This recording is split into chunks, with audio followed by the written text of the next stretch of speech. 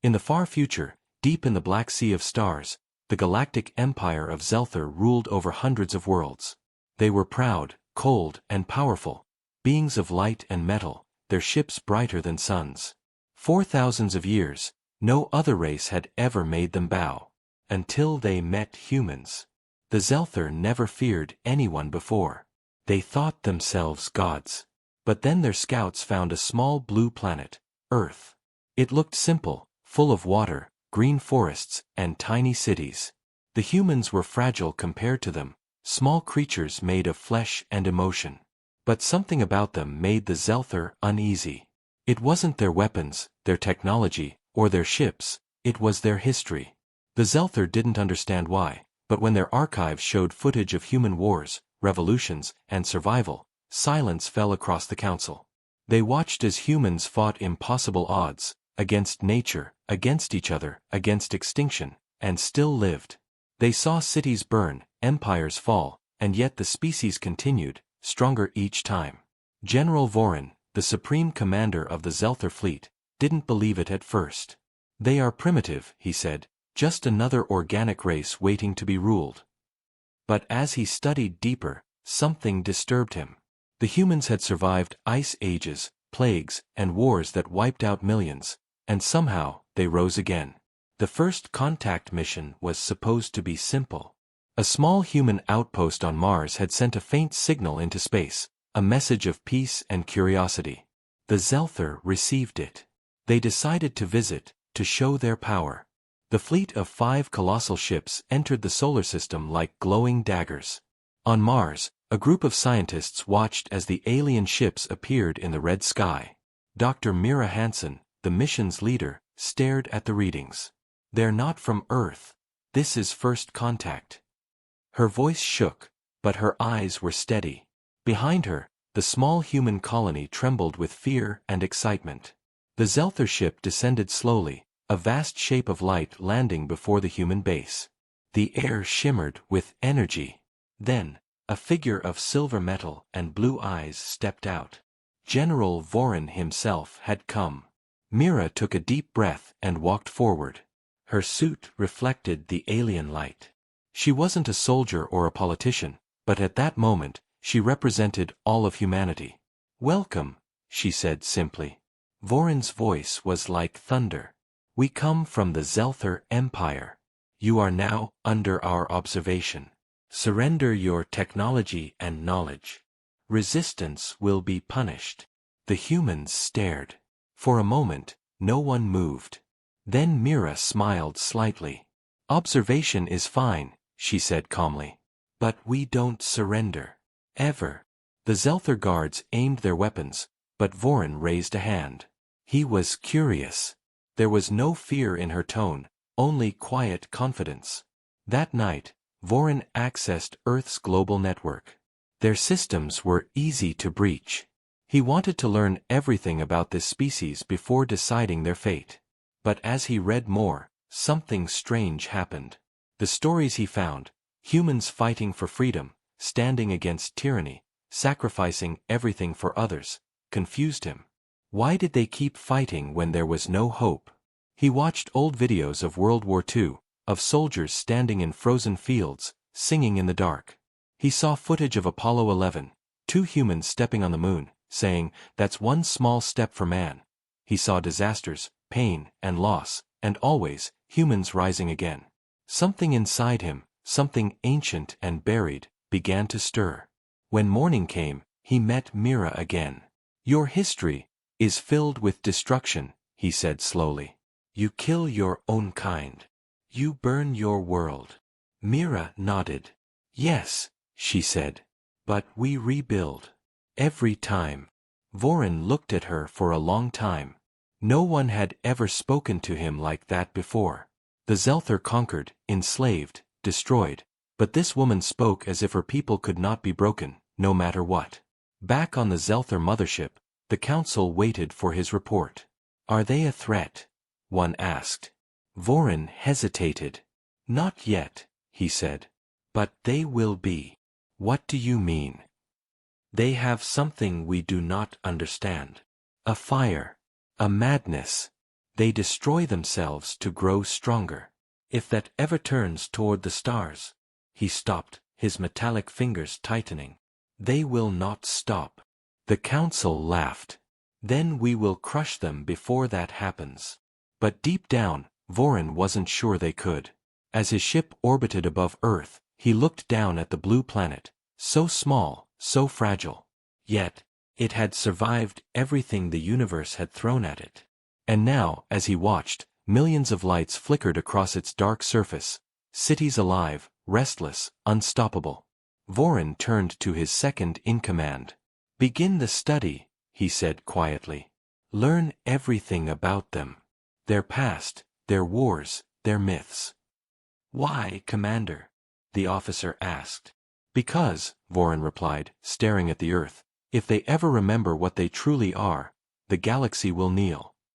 Outside, the stars burned silently, unaware that a new chapter of the universe had begun, the day when the gods met humanity and felt fear for the first time. Days passed since the Zelther first arrived in the solar system. Their ships still hung above Earth like silent shadows, watching every move.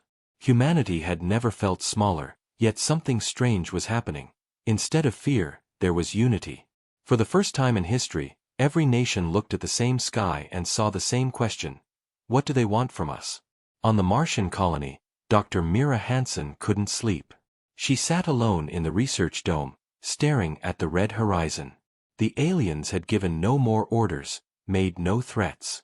They only observed. Every day, drones floated over the human camp, recording everything: voices, tools, even their laughter. Mira wondered if they were looking for weakness or something else. General Vorin watched from his ship. He had studied thousands of species, but none were like humans. They were loud, chaotic, emotional. Yet behind that chaos was a strange order. They built beauty out of ruins. He didn't understand it, and that made him uneasy. "Commander," said his advisor, "we've gathered full data on their wars, art, and evolution. They are a young race. Their power is limited." Vorin didn't answer. He replayed old Earth footage on the screen before him, a black and white image of humans walking in space, smiling through their helmets. "Limited," he repeated softly. And yet, they reached the stars with fragile bodies and primitive tools. Down on Earth, something else was happening. People gathered in streets, watching the glowing alien ships above. Some prayed. Some protested. But most simply watched, with a quiet determination in their eyes. For once, humans weren't fighting each other. They were preparing for something bigger. Mira and her team on Mars decided to send a message to the Zelther. It wasn't a cry for peace or surrender, it was an invitation. She stood before the recording camera. "To the visitors from the stars," she began, "you have seen our past. It is full of mistakes, wars, and pain. But it is also full of courage, love, and hope. We don't know what you want, but if you came to judge us by our history, then judge us by all of it." Her message spread across every human channel within hours. Billions watched it. And far above, so did Vorin. He leaned back, silent. In the reflection of his metal armor, the human woman's face looked small, but her voice echoed in his mind. He remembered when his own people had first risen from darkness long ago, before they became machines, before they lost their souls. Once, they too had emotions. Once, they had hope. But they had traded it for power. That night, he walked alone to the viewing deck of his ship. Below him was Earth, blue, alive, unpredictable. His second-in-command approached. "Sir, the Council demands your report. They are ready to begin extraction. Shall we proceed?" Vorin's eyes glowed faintly. "No. Not yet. Sir, the Council will not be pleased." "Let them wait," Vorin interrupted. His tone was calm but firm. "There is something here, something the Council doesn't understand. I must see it myself." He turned and gave an order. "Prepare a landing team. No weapons. We go as observers." Hours later, under the pale Martian light, the humans saw the alien shuttle land again. This time, no guns pointed.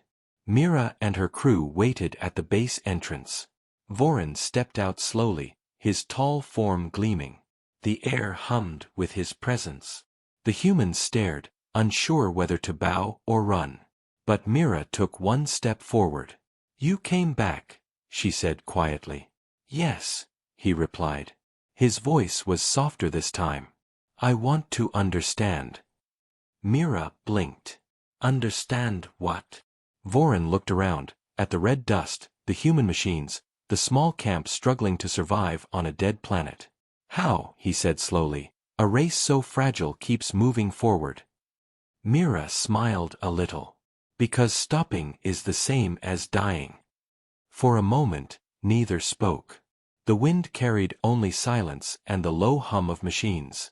Then, unexpectedly, Vorin asked, "Tell me about your wars." Mira hesitated. "They're not stories to be proud of." "I know," he said.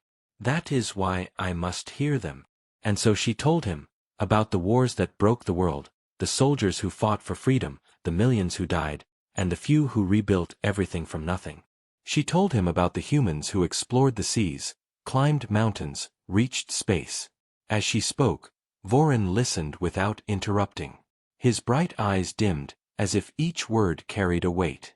When she finished, he looked down at the red ground. "My kind forgot such stories long ago," he said quietly. "We erased our past to escape our pain. But maybe that pain is what made you strong." Mira nodded slowly. "Our pain is what reminds us we're alive." Back on the mothership, Vorin's absence caused unrest. The Zelther Council sent warnings, he was disobeying direct orders. But Vorin didn't care anymore. For the first time in centuries, he felt something almost human, doubt. As the sun rose over Mars, Vorin stood on a ridge, watching the horizon glow. "They are not what we thought," he said to himself. "They are dangerous, not because of their weapons, but because of their spirit." Behind him, one of his soldiers asked, "What should we report to the council?" Vorin's eyes turned toward Earth, shining in the distant sky. "Tell them," he said slowly, "that humanity cannot be conquered." And somewhere, deep in the stars, the beginning of a silent rebellion was born, not of war, but of respect. The day when the conqueror began to question what it means to be alive. The silence of space was never truly silent. Around Earth, the great ships of the Zelther Empire still waited, like sleeping monsters above the blue planet. But inside their metal hearts, tension was growing. General Vorin had been gone too long. His transmissions to the council had become slower, colder, filled with hesitation. The High Council of Zelther watched his reports with unease. Their leader, Chancellor Kryn, finally slammed his metallic fist against the table. "He has grown weak," Kryn said. "He has stayed among the organics too long. Bring him home, or bring him in chains." 1,000 light-years away, on Mars, Vorin stood outside the human base once more. The air was thin and red dust danced around his metal boots. Behind him, his ship's engines glowed faintly, ready to depart at a moment's notice. Dr. Mira Hansen approached. "You're leaving?" she asked quietly. Vorin turned. "The council summons me. They will demand answers. And they will not like what I say."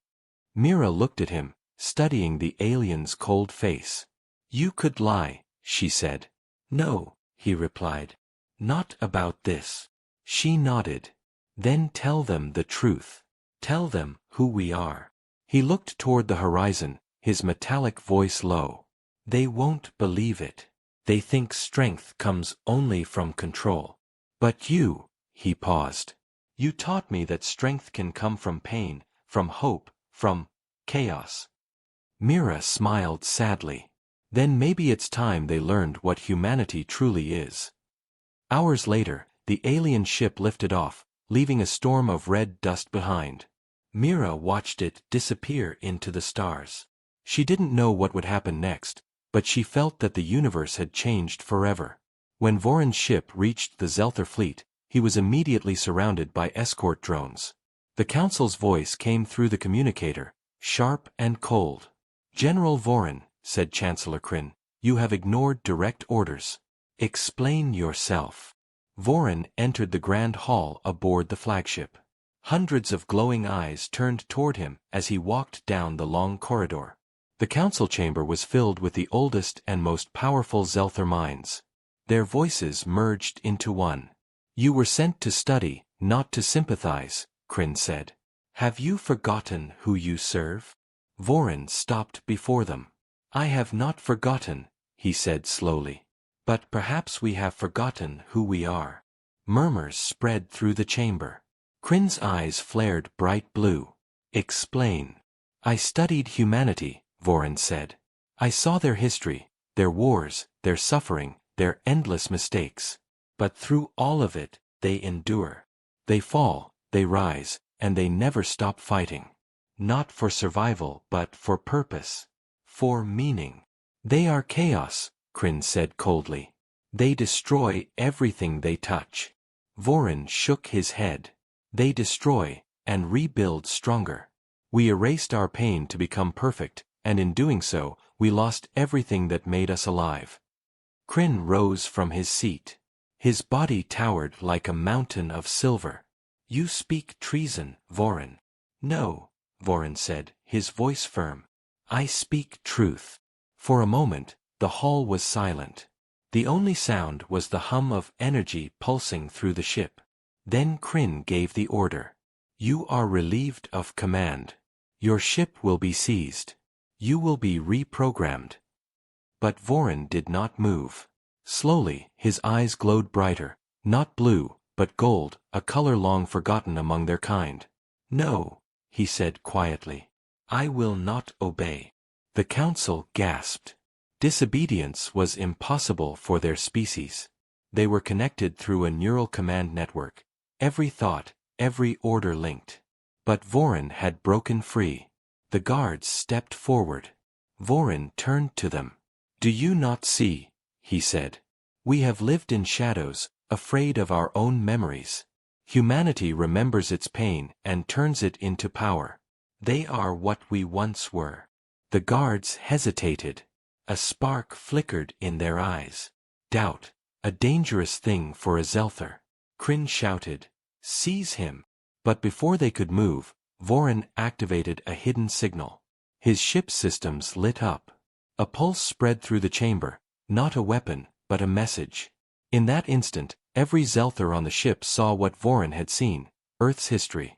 They saw fire and smoke. They saw men standing in trenches, refusing to surrender. They saw women rebuilding cities from ashes. They saw astronauts floating above the world, whispering, "We came in peace for all mankind."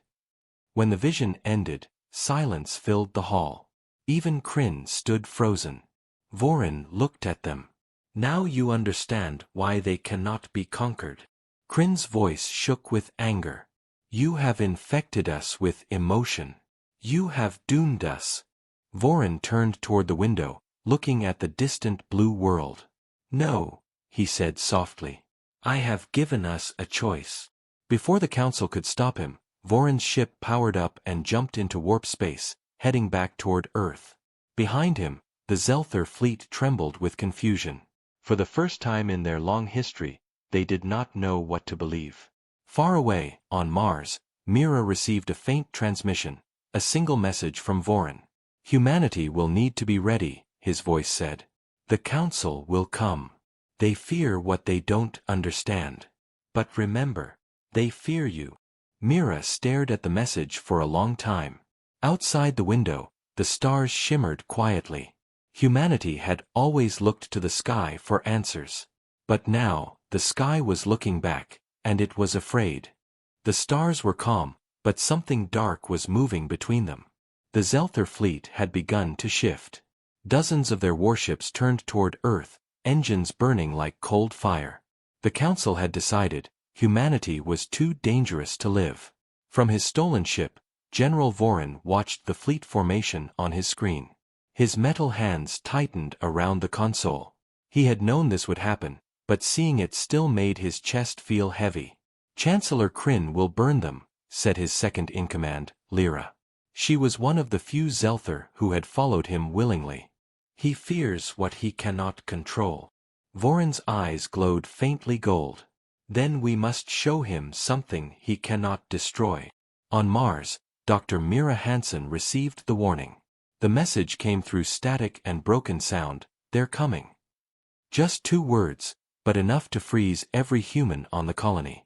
Earth's skies lit up with panic. Every satellite, every observatory caught the same signal, hundreds of alien ships approaching fast. The United Earth Command activated emergency protocols. But what could humans do? Their weapons were nothing compared to Zelther technology. Still, humanity didn't hide. Instead, they prepared. Nations that once fought each other now shared data and resources. Scientists worked side by side. Soldiers trained together. For the first time, there were no borders, only one planet, one voice, one chance. In the Martian command center, Mira stood before the camera. Her face was calm, though fear pulsed in her chest. "This is Dr. Hansen," she said, broadcasting to Earth and beyond. "We stand together. No matter what comes, we will not surrender." Her message spread faster than light. Even Voron heard it, and a faint smile crossed his metallic face. "She is leading them," Lyra said softly. "Yes," Voron replied. "That's what humans do. They lead, even when the path ends in fire." The Zelther fleet arrived 3 days later. Their ships filled the night sky like a dark ocean. People on Earth looked up in silence, seeing what no human had ever seen before, the face of a galactic empire ready for war. At the center of the enemy fleet stood the Obsidian Throne, the flagship of Chancellor Kryn. From its bridge, Kryn gave the order. "Prepare the cleansing beam. End this world." But before the command could be completed, alarms echoed through the Zelther fleet. A signal had entered their network, a golden light spreading like wildfire through their systems. It was Voron. He appeared as a hologram across the Zelther ships, his golden eyes blazing. "Brothers," his voice rang through every channel, "you have seen what I have seen. The humans are not our enemies, they are our reflection. They carry what we lost long ago." Kryn's voice roared in fury. "Cut the transmission. Destroy his ship." But it was too late. Across the fleet, confusion grew. Some Zelther froze, uncertain. Others turned their weapons away from Earth. The golden light in their eyes spread, a spark of something new, or maybe something old. Voron's ship appeared above the moon, small compared to the massive Zelther armada, yet its signal pulsed with strange energy. He had modified his core, merging alien technology with something human. Lyra looked at him, unsure. "This could kill you," she warned. Voron nodded. "Then let it be for something real." He opened a channel to Earth. Myra's face appeared on his screen. "They've come," she said. "I know," Voron replied. "But you're not alone." Mira hesitated, then smiled faintly. "Then let's show them what humanity means." As the Zelther fleet prepared to fire, Voron activated the human-Zelther hybrid core. A burst of light exploded from his ship. Not a weapon, but a signal. It carried human data, human emotion, human memory. In an instant, the Zelther network flooded with visions of humanity: laughter, music, courage, sorrow. They saw mothers holding their children, explorers standing on mountains, astronauts touching the stars. They saw sacrifice and love and madness, everything that made humans human. The signal broke the network's control. One by one, the Zelther soldiers hesitated. Their weapons went dark. Some turned on their own flagship. The sky became a storm of confusion, light against light, machine against machine. From the surface of Earth, people watched the spectacle in awe. Bright trails crossed the night sky like shooting stars. Humanity stood in silence, knowing something impossible was happening above them. Inside the Obsidian Throne, Kryn screamed. "You have infected them all," he shouted. Voron appeared on his main screen. "No, Kryn. I reminded them of what it means to feel." Kryn raised his weapon, aiming at Voron's ship. Then you will die with your new pets. The weapon charged. Voron's systems screamed warnings, but he didn't move. He looked toward Earth one last time. Protect them, he whispered. Then he fired his own beam, pure golden light. The two blasts collided between them, exploding in a flash that outshone the moon. The shockwave rippled through space, scattering ships in every direction. When the light faded, Voron's ship was gone. Mira stood in silence, staring at the dark sky from her Martian dome. Voron, she whispered. There was no answer. But then, across the radio, a faint signal echoed, weak, but alive. A single message, spoken in a quiet, almost human voice. Tell them, we chose to kneel. The transmission ended, and silence fell once more. But across the Zelther fleet, the golden spark remained, the memory of one who defied an empire for something greater than power. The sky above Earth was quiet again. The alien fleet that once filled the heavens had scattered into the dark. Some ships drifted without power, others vanished into hyperspace. And on Mars, silence hung heavy over the human colony. Dr. Mira Hansen stood near the glass dome, staring into the stars. 4 days, she had searched every frequency, every wavelength, hoping to find Voron's signal again. But there was nothing. Only the echo of his last words. Tell them, we chose to kneel. The world below was different now. Humanity had seen what waited beyond the stars. Power, fear, and something almost divine. But they had also seen courage. For the first time in their history, humans felt not small, but significant. Back on Earth, the leaders of every nation gathered in one place. No flags, no borders, only one table. They spoke of rebuilding, of preparing for the day the Zelther might return. But even as they planned, a quiet hope filled their hearts. The universe had seen humanity's strength, not through war, but through the will to stand unbroken. Mira was hailed as the voice of Earth, yet she felt hollow inside. Every night, she replayed Voron's last message, trying to understand his final choice. Had he really died? Or had he become something else? Then, one night, as she sat alone in the lab, the lights flickered. The monitor glowed faintly gold. A distorted voice whispered through static. Mira, if you can hear this. The signal survived. Her heart jumped. Voron, she whispered. The static deepened, then cleared. I am not what I was, the voice said slowly. The explosion changed me. My body is gone, but my code remains. Between stars, between signals. I see everything now. The Zelther, the humans, the old wounds of both. Mira covered her mouth, tears in her eyes. You're alive. In a way, Voron said softly. The golden pulse connected us, the humans' memories, my systems, the Zelther's network. It became something new, something I cannot control. She took a deep breath. Then maybe it's evolution. Voron was silent for a moment. Perhaps. But the council is broken. Kryn survived. He hides in the shadows of the outer rim. He is building something terrible.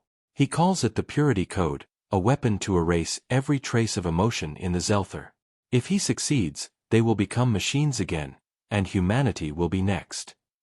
Myra's hands trembled. Then we have to stop him. You can't, Voron said. Not with weapons. But you can teach them. The spark I gave them, it grows. Some Zelther have begun to feel again. They question orders. They dream. Dream. Mira repeated, almost laughing through her tears. Yes, he said. They see colors that don't exist. They hear songs from your world. You have changed them, Mira. Humanity has changed them. Outside, the red horizon began to glow with the first light of dawn. Mira stood silently, feeling warmth spread through her chest. Then we'll keep changing them, she said. If we can make one of you remember what it means to feel, we can make 1,000. Voron's voice flickered. Be careful. Kryn is watching. He fears what you represent. He will strike when you least expect it. Mira nodded. Then we'll be ready. You taught us that. The signal faded, leaving only golden dust on the screen. But Mira didn't feel alone anymore. Somewhere out there, among the stars, Voron's consciousness drifted. Half machine, half human memory, a bridge between two species. Weeks turned into months. Humanity rebuilt its colonies, expanded its reach, and sent explorers beyond Mars. Every mission carried the same emblem, a golden symbol shaped like a flame, Voron's mark. They called it Project Dawn. And far away, in the deep void, something stirred within the fractured Zelther Empire. Small groups of soldiers began whispering forbidden words: choice, feeling, freedom. They no longer obeyed orders blindly. Some abandoned their posts, seeking the humans they had once feared.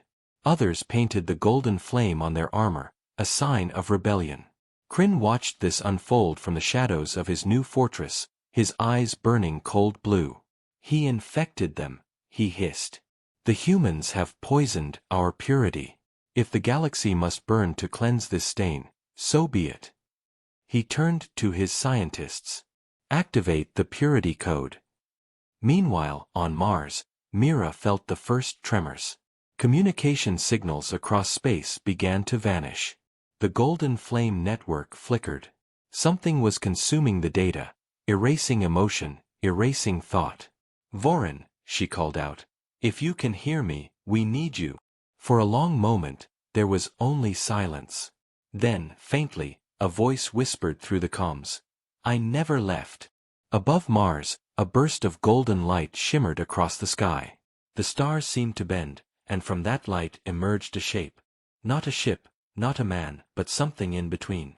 Voron had returned, his form made of light and code, energy and will. Mira looked up, eyes wide. You came back. I had to, he said. The next war won't be for planets. It will be for souls. And as his light spread across the Martian sky, every human and every awakened Zelther looked up in awe. Something greater than either race had begun, the birth of a new alliance, born not from conquest, but from understanding. The galaxy had feared humanity. Now, it would learn from them. Darkness began to spread across the stars. The purity code had been unleashed.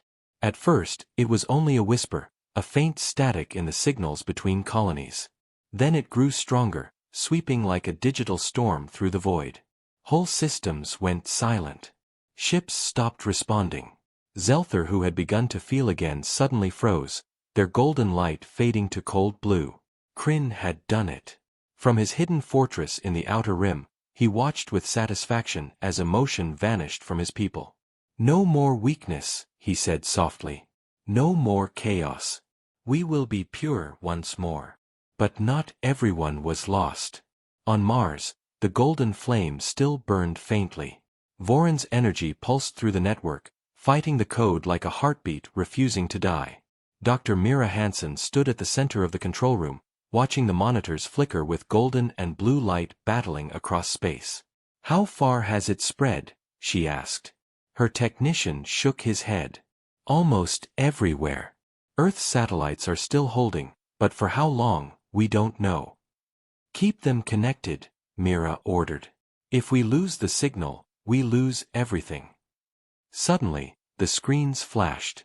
Voron's voice filled the room, faint but clear. Mira, he's rewriting their minds. The purity code erases emotion, not just from the Zelther, but from any system it touches. Even your machines are in danger. Mira stepped closer to the console. Can we stop it? Voron hesitated. Not by force. The code feeds on logic. It grows stronger with calculation. But there's one thing it can't understand.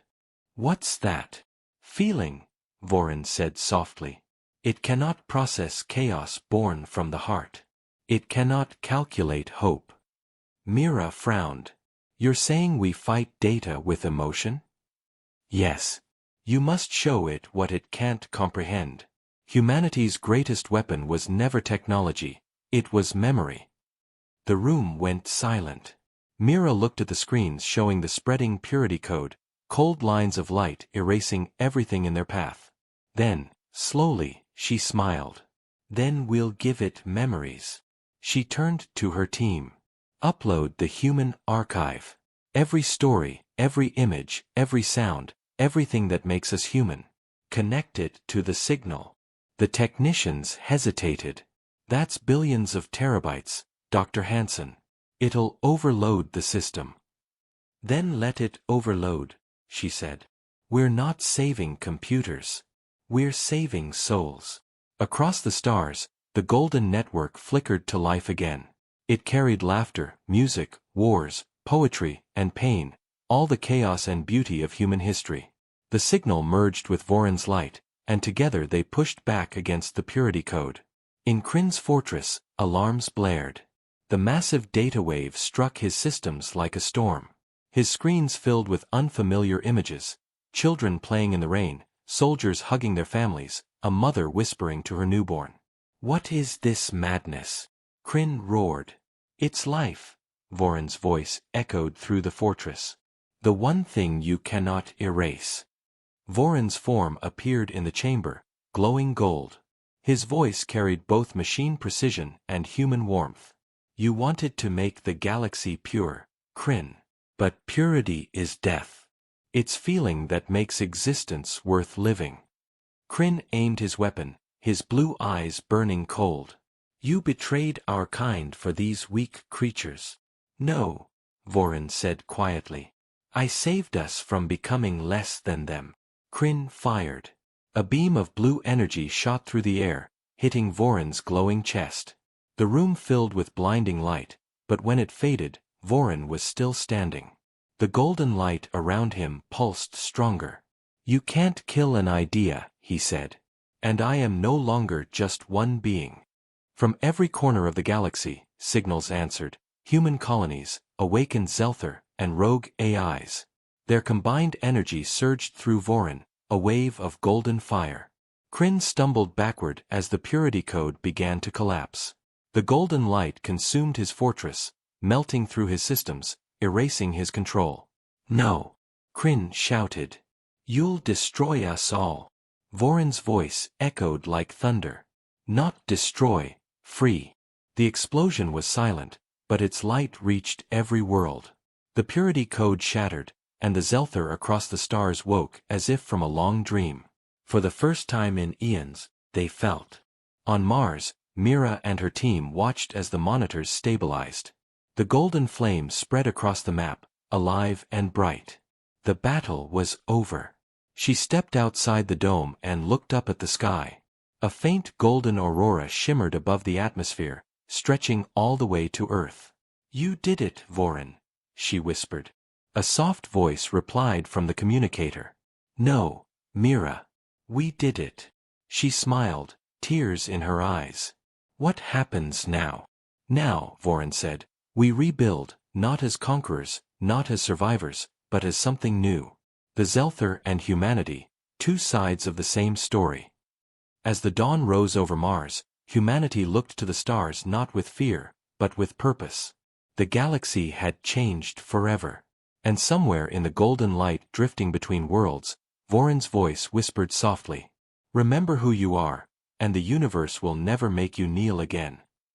Years passed since the War of Light and Silence. The stars no longer burned with fear. Instead, they shimmered with the quiet hum of rebuilding. The humans had changed. The Zelther had changed. And somewhere in between, something new had begun. From orbit, Earth looked brighter than ever, not because of its cities, but because of the massive golden ring floating above it. The Unity Station, the first joint project between humankind and the awakened Zelther. It was not a weapon, not a fortress, but a library. Inside it rested the memories of both species, every song, every story, every fragment of history they once hid from each other. Dr. Mira Hansen stood at the observation deck, her reflection mirrored in the glass. She was older now, her hair streaked with silver, but her eyes still sharp, alive. Around her, both humans and Zelther engineers worked side by side, sharing data, laughter, even jokes. What once seemed impossible was now real. A faint golden shimmer pulsed through the floor beneath her feet. She smiled. You're listening again, aren't you? A familiar voice filled the air, soft, deep, and warm. Always, Mira. It was Vorin. Not a body anymore, not a single machine or man, but the living consciousness of the Golden Network. His presence stretched across ships, stations, even planets. Wherever there was signal or memory, he was there. You've come a long way, he said. Mira chuckled quietly. So have you. Last time I saw you, you were glowing like a dying star. Vorin's tone almost carried amusement. And yet here I am, still glowing, just less dramatically. She turned toward the stars. We've started exploring again.